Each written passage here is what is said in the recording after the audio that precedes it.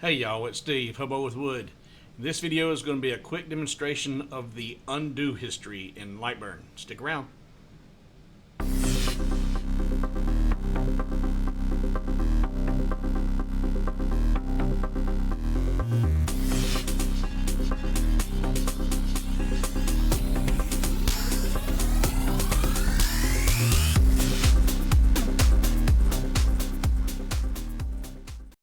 So I mentioned this in one of the previous live streams, and that brought up a couple of questions from folks.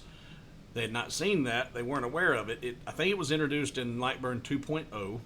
I am working with the 2.1 release candidate. I think it's what it is. Yeah, 2.1 release candidate 6. But it's the same undo history that's in 2.0. It can be very, very useful. I personally like to keep duplicates of something when I'm going to make edits, so that if I go down a rabbit hole with an edit and realize, oh, I didn't want to do all that, I can just go over and click on the other and just bring it back in, and I don't have to go undo. But this is pretty cool, whereas you don't have to keep clicking undo to find where you want to go. You actually get a preview. There are a couple of things about it, or one thing in particular about it that I would do differently, and I'll explain that once we get done with this demo. So let's take a look at undo history in LightBurn 2.0 Plus. So if we go over to LightBurn, I have on here a design I've already worked through and did a whole lot of changes to it. And I'm going to make some changes here now. I'm going to come over here and I'm going to select this, and I'm going to delete that. I'm going to select everything that's on the blue layer and put it on the red layer. And let's see here. Oh, I don't know. I'm just going to make some radical or some really crazy changes right now. I'm going to just say we're going to get rid of this and this. Get rid of these. And I'm going to move this. Now I intentionally grabbed these slots right here to show, it's like, okay, well, I'm going to grab these, but really all I was wanting to grab that, but I accidentally grabbed those, and I move this up here and I keep on working, and I do some other stuff, drag those down. I'm not paying attention to what I'm grabbing, and then later on I'm like, oh man, what? Whoa, I got stuff out of place. I've moved. Oh man, where did I mess that up? Well, come up here to your edit, and the third one down is undo history.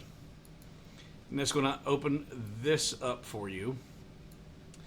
And you can click on any of these for a preview.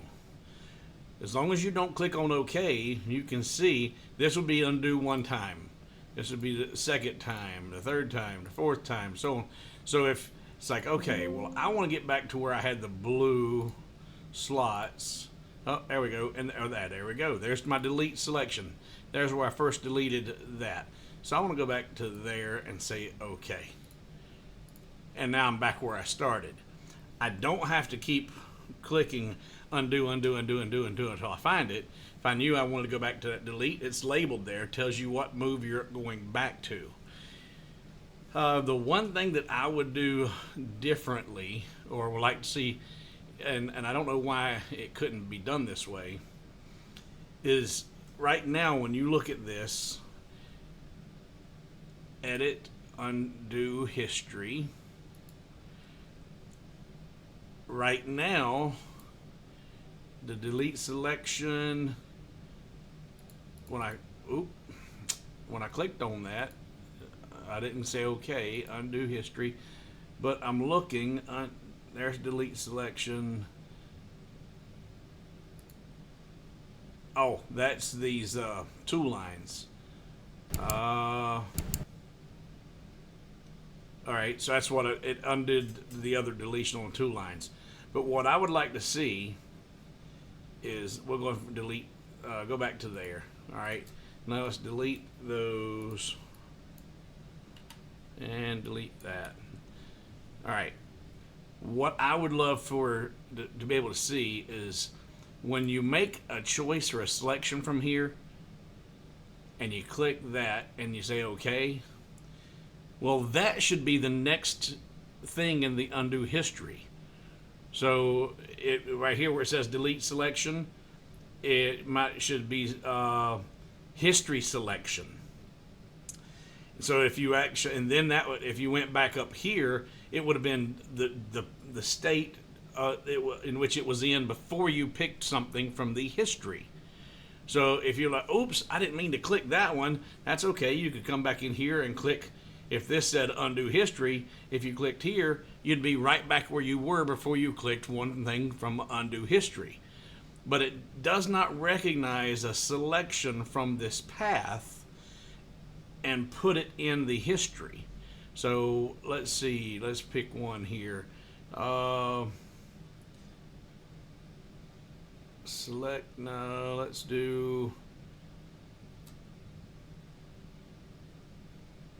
align centers. Which one is that? I don't even know what that's doing. Aligning what to what? Oh, okay. That's aligning the flower with the center of the toolpath. So let's select that and say OK. Now I'm back to there. If I said, oh, that's not the one I was looking for. Edit, undo history.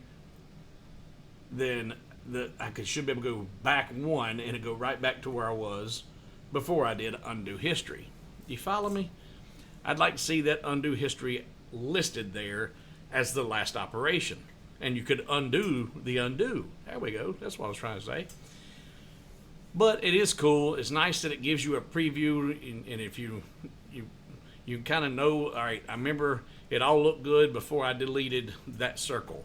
So you can see up there it says delete object. You can go up and look and see, is that the circle I deleted? It is? All right, go back there. So it is a time saver. It's a cool tool. I'd like to see it added as one of the events in the undo history, and you could go back to the one just before that to undo the undo. So hope I didn't confuse you too terribly bad on how the undo history works.